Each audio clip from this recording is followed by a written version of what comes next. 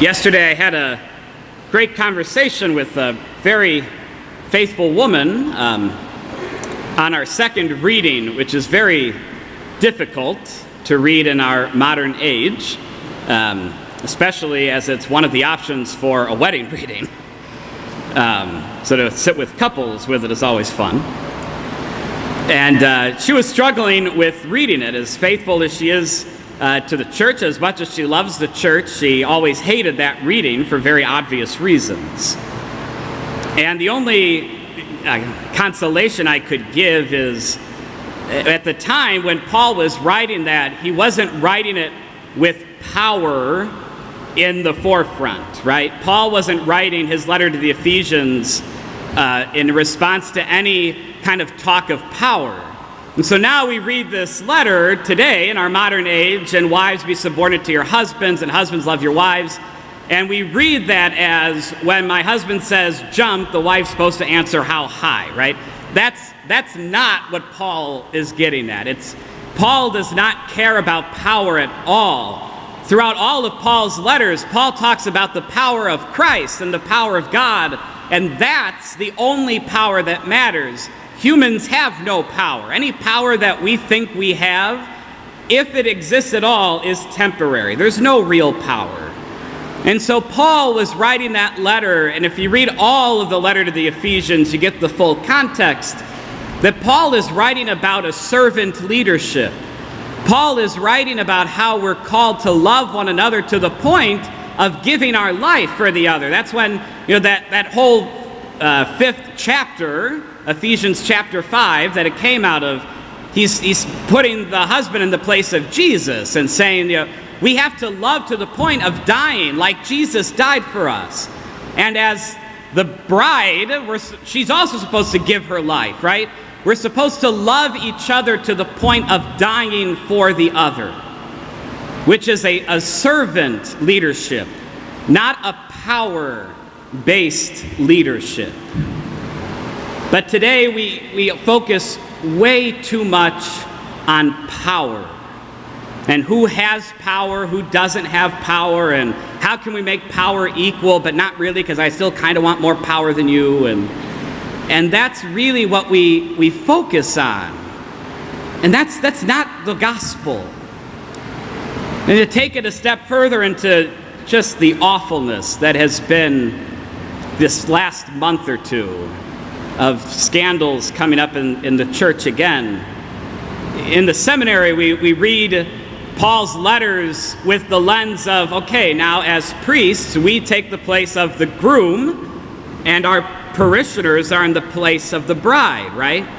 But again, we don't read it as power. We read it as, I give my life for all of you, and you give of your life for the parish. Not for me. You don't do anything for me. You do it for the parish, right? So you give out of your surplus wealth and in giving money to the church, right? So we can continue the ministries and mission. You give your time by volunteering and sitting on committees and helping run different events for both the school and the parish. You give of your whole self, right? I mean, you give, we all give to the point of dying out of love.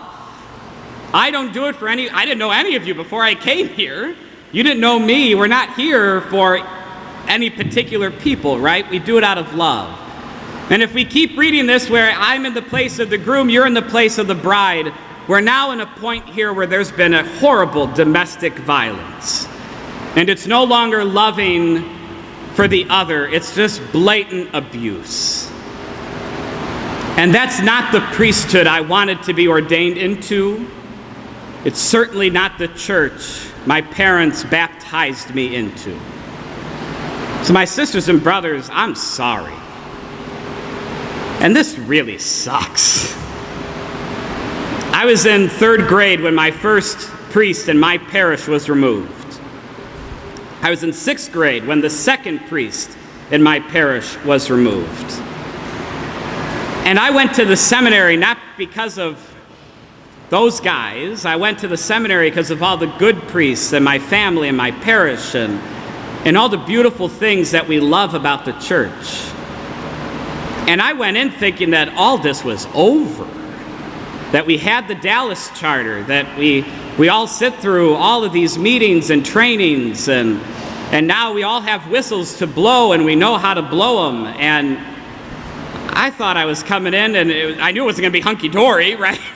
75% of us aren't coming. Like, I knew there was work to do. But I did not expect this to happen again. So friends, I'm sorry. I got nothing to say. I got no answers.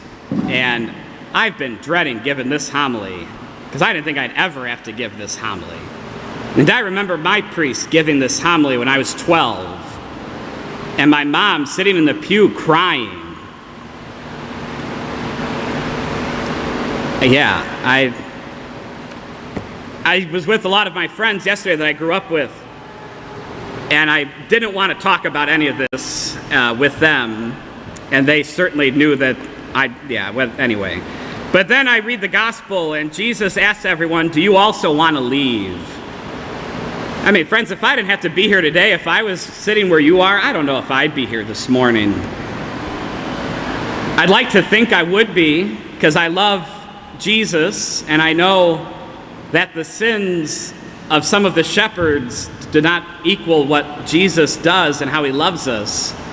But I don't know. So I give you all a whole ton of credit for being here. Yeah. But Peter asked this great question, Master, to whom shall we go? You have the words of eternal life. I kind of remember the story of Jesus on the boat with the apostles when the storm was happening, and the apostles are running all over the boat and trying to not sink, and Jesus is at the bottom of the boat sleeping, and he finally hears them yelling, and he comes up and I just imagine he just kind of puts his hands up and everything dies down, right? And the storm does die down. And then they're all, pissed, rightly, because he could have just done that at the beginning and saved them, right? I feel like we're kind of in that moment. Jesus is sleeping, and we just have to yell. And friends, this is the best place to yell. Your Facebook is not enough, and petitions are not enough, and protests are not enough, and we should do all of those things, especially outside the Cardinals' house, and I'd be more than happy to lead that charge. But we need to scream to Jesus here. This is where we need to yell in the boat. Because here is where we can really be with the one who has the power. And this is where we see him face to face and we tell him, look, this really, really sucks. And we need your help. Another reformation is not the answer here. I mean, honestly, we need to go back to old France and off with their heads. And that's really what we need. And man, I'm sorry. That's pretty all I have.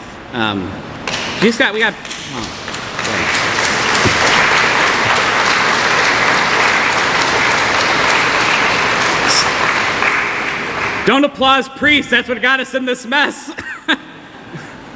Just pray. Come to Jesus. Whom shall we go? This is where we go.